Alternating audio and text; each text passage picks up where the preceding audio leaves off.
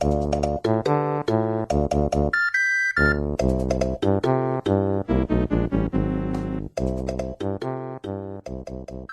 isso aí, galera do CJS, do Congresso Jovem Shalom. Que Deus possa abençoar cada um de vocês. Eu sou o Padre Bruno, sou aqui da Diocese de Guarulhos. É uma alegria poder contribuir um pouquinho com vocês com essa reflexão da cultura jovem, junto dentro da cultura cristã, um pouco da cultura católica, envolvido em nossos meios midiáticos. E eu fui convidado, com muita alegria, para poder falar sobre a cultura cristã, né, Jesus Culture, né, versus ou em detrimento ou não ao pop culture, né, a cultura pop. Mas é importante aqui a gente fazer então, né, uma delimitação de temas para depois então fechar as pontas, né? Então o que que acontece? O que que é a cultura pop? Para nós já entrarmos direto no assunto, né? O que que é a cultura pop em geral? Cultura pop, em tese, é a cultura popular, é aquilo que está na boca do povo. Essa divisão aconteceu quando teve a cultura erudita para a cultura pop. Cultura erudita é aquilo que você tem que ter um estudo, né? Por exemplo, a ópera, por exemplo, as músicas clássicas, né? Por exemplo, né, uma linguagem mais filosófica. Isso é a cultura erudita, alta classe, como se diz, em que você tem que estudar um pouquinho a mais, em que você tem que se, né, dedicar ao aprofundamento. Essa é a alta cultura, cultura erudita. Então vem a cultura pop, que é o quê? É aquilo que é mais popular, aquilo que está na boca do povo, aquilo que está no dia a dia. Então, não é o povo inteiro que está escutando uma ópera, que está escutando músicas clássicas, mas o povo está escutando um samba, o povo está escutando um pagode, o povo está escutando uma eletrônica, né, um rock popular, um funk, são culturas pop. Está tudo interligado ali. Então, isso aqui, veja, o que o padre está fazendo aqui é uma descrição da realidade. O padre não está emitindo uma opinião, né? O padre está descrevendo a realidade como ela é. Né? Então, é uma fase do ver, né? Estou enxergando, estou descrevendo o que eu estou enxergando. Então, a cultura pop é isso. É o momento em que nós, né, começamos a perceber que existe algo popular, que é aquela coisa mais da moda, em que nós estamos, de alguma forma, vendo. Por exemplo, quando se diz vamos cancelar alguém, é a moda. Faz parte da cultura pop querer cancelar aquilo que eu tenho discordância. Se é errado, se é certo, se é benéfico, se não é benéfico, não me cabe agora falar isso. Cabe agora descrever o que é o pop. Então, o pop é tudo aquilo que é o popular. Então, a cultura pop está intimamente ligada com a cultura popular. Agora, entre uma cultura erudita e uma cultura pop, existe uma coisa chamada indústria da cultura.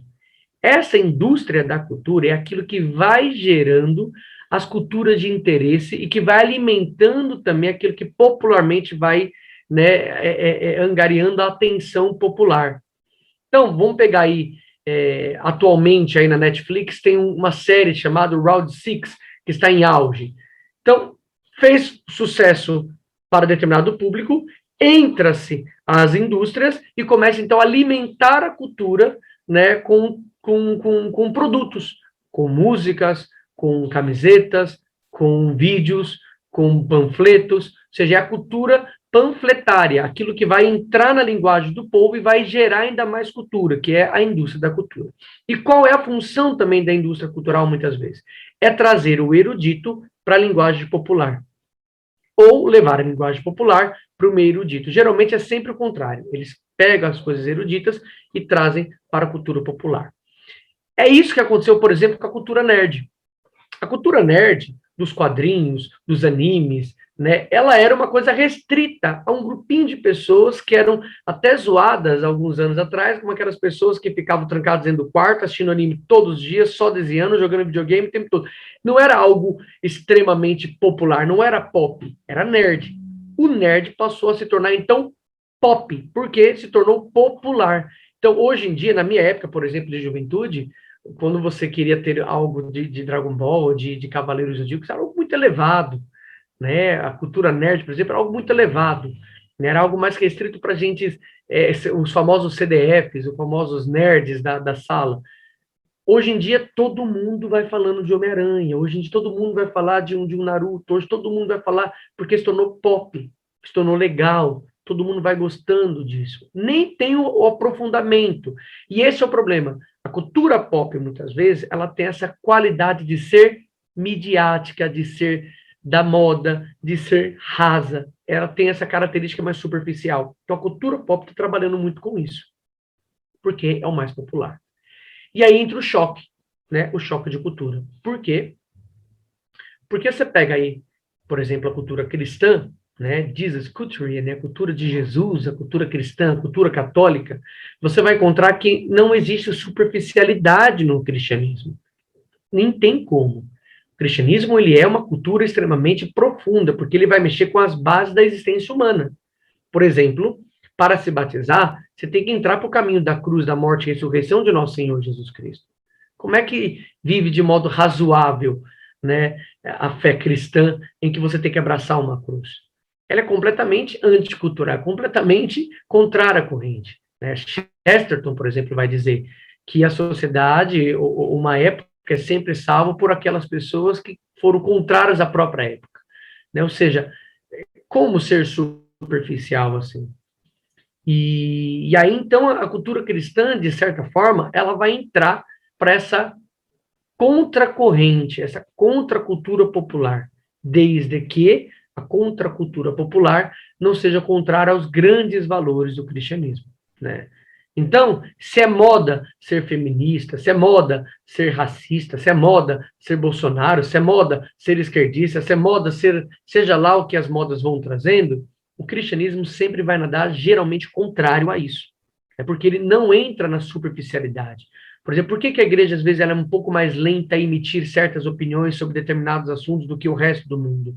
Porque a igreja tem todo um cuidado de não ser secular, de não ser da moda, de não ser simplesmente fadada às coisas do tempo, coisas populares simplesmente.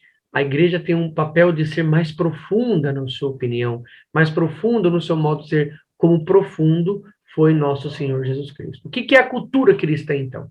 A cultura cristã é a cultura daquilo que não passa. A caridade, por exemplo, né? São Paulo, em 1 Coríntios 13 vai dizer claramente, tem aqui entre nós a esperança, a fé, a esperança, a caridade, mas a maior delas é a caridade, porque ela não passa. Por exemplo, o amor, está intimamente ligado à caridade, não passa. O bem comum, são valores perenes. A esperança, a fé, a fraternidade, a comunhão, são coisas que não passam. São coisas que estão intimamente ligadas a todos os tempos. Então, existe geralmente um choque entre a cultura pop, que é tudo aquilo que é popular, population, a moda, e aquilo que é a cultura cristã, que é aquilo que é mais profundo, é aquilo que está intimamente ligado ao bem-estar, à caridade, à salvação, ao eterno, contra o efêmero das coisas que passam. No entanto, nós, como católicos, precisamos, e isso aí é até um pedido, né, lá de João Paulo II, depois passando por Bento XVI e continuando de modo brilhante com o Papa Francisco, nós precisamos adentrar também ao mundo pop para conseguir enxergar os sinais dos tempos e aqueles valores, né, da humanidade, da cultura humana hoje, que pode ser uma grande porta para a entrada, né, do cristianismo. Então, esta sede, por exemplo, vamos pegar aí o mundo dos heróis, né? É uma febre hoje. As pessoas se inspiram naqueles personagens, as pessoas se inspiram naqueles heróis. O que isso pode ser? O que isso indica para um cristão, para a nova evangelização? Que as pessoas, de alguma maneira, estão necessitadas de grandes figuras heróicas que sejam exemplos para o nosso coração. Opa, é o indício da cultura pop. Como que eu posso entrar aqui? Pega a vida dos santos, por exemplo. Podemos falar de uma maneira bastante diferente para atrair o coração das pessoas que precisam de referências, de pessoas que precisam de indicativos certos para um heroísmo. As pessoas estão necessitadas. É óbvio que as pessoas estão carentes de sinais heróicos para poder representar a tua vida. Poxa vida, o que falar então de Carla Cutts? O que não falar então de uma Santa Teresinha? que não falar de uma Santa Dulce dos Pobres, por exemplo, aqui do Brasil? Que não falar de um grande São João Paulo II, que já fez parte da linha editorial de quadrinhos da Marvel, caramba. Né? Como não falar disso? Ou seja, você consegue adentrar a cultura pop, então utilizar ela como uma ferramenta, não o seu conteúdo, mas como uma ferramenta para trazer, então, o cristianismo ao coração daquelas pessoas que necessitam da graça, que necessitam de uma boa nova, que necessitam de um discurso, de uma teoria, ou de uma teologia, ou de uma filosofia, ou de algo que possa, então, alicerçá-lo naquilo que não passa. Então, utilizar a cultura pop com o cristianismo, evangelizar, ou melhor, ou evangelizar a cultura pop, é uma maneira de levar, então, aquilo que não passa para algo que aparentemente é efêmero. Então, se a cultura pop é o modo popular de fazer as coisas, ou seja, aquilo que está na boca do povo, precisamos aprender a transformar a nossa cultura cristã em algo popular. E aí vem a importância da música, a importância de desenhos, a importância de reels, a importância de stories, a importância, né, de estar nos meios, nas mídias, a importância de canais de televisão, a importância de rádios católicos, a importância, né, de influenciadores católicos, a importância de entrar nesse mundo pop em geral e começar a transmitir a nossa fé nesse meio. Vamos falar a verdade. Será que nós não temos falta de boas músicas católicas para o nosso tempo? Será que não faz falta bons católicos no meios esportivos? De pessoas, de bons católicos no meios de desenhos? Será que não faz falta desenhos, por exemplo, da vida dos nossos santos e desenhos atrativos? É óbvio. O que impede, muitas vezes? Nós não temos uma indústria que acha que a nossa cultura cristã seja importante. Está aí agora a importância. Será que a gente precisa, de fato, das grandes indústrias? Será que são as grandes empresas, indústrias, que mandam no que nós precisamos vestir, falar e pensar, comer e conversar nas nossas redes? Será que nós não somos grandes o suficiente para começar a fazer grandes hashtags cristãs, falar, criar camisetas, moda católica, né, música católica, comida católica? Será que a gente não tem capacidade de fazer isso? Então, está aí uma provocação. Será que a cultura cristã não tem conteúdo suficiente para entrar para a cultura pop? Será que até quando vamos precisar ficar rendidos às indústrias? Até quando vamos ficar presos ao que as grandes mídias falam? Será que nós não temos capacidade, pelo número de católicos, pelo número de influenciadores e pensadores, de dar uma resposta pop e cristã ao mundo tão necessitado de algo mais profundo? Será que, de fato, a cultura pop, no sentido de cultura popular, precisa ser tão rasa assim, que está tudo fadado às modas e às mídias e ao tempo? Né? Será que a gente não consegue dar um ar pop mais eterno ao nosso povo? Será que o povo, né? Será que o popular não tem direito em ter algo que seja mais profundo para o teu coração? Pode-se mudar as estratégias e os modos, mas o conteúdo sempre será eterno. E é aqui que a gente precisa aprender. A cultura pop se alimenta do population. A cultura cristã se alimenta da caridade, certamente, da palavra de Deus. Mas será que nós não conseguimos transformar a palavra de Deus em algo que seja popular e fazer com que as pessoas comecem a ter uma mentalidade cristã? Por que as pessoas facilmente, né, tendem a reproduzir coisas que às vezes não são muito boas? Porque eles conseguiram transformar aquilo que não é muito bom em algo que seja extremamente atrativo. É para isso que serve o comercial. É para isso que serve, né, o marketing digital. Temos que aprender também a entrar nisso. Mas não com um conteúdo errado, mas instrumentalizar um bom instrumento com um conteúdo que seja de eterno. Então, eu acredito que quando a gente começa a falar, então, de cultura cristã e de cultura pop, nós temos que entrar nesta celeuma. Cultura pop, cultura popular. Cultura erudita, aquilo que os mais entendidos vai falando. Cultura cristã, aquilo que está arraigado nos valores cristãos. E a indústria que vai, às vezes, mediar o que eles acham que o povo vai querer comprar. A cultura mais, né, midiática, mais do capital, mais da venda, mais da oferta. No entanto, nós só precisamos ser mais inteligentes. Que oferta maior nós teríamos que dar ao mundo se não dar o sentido da vida, que é o que o povo mais procura?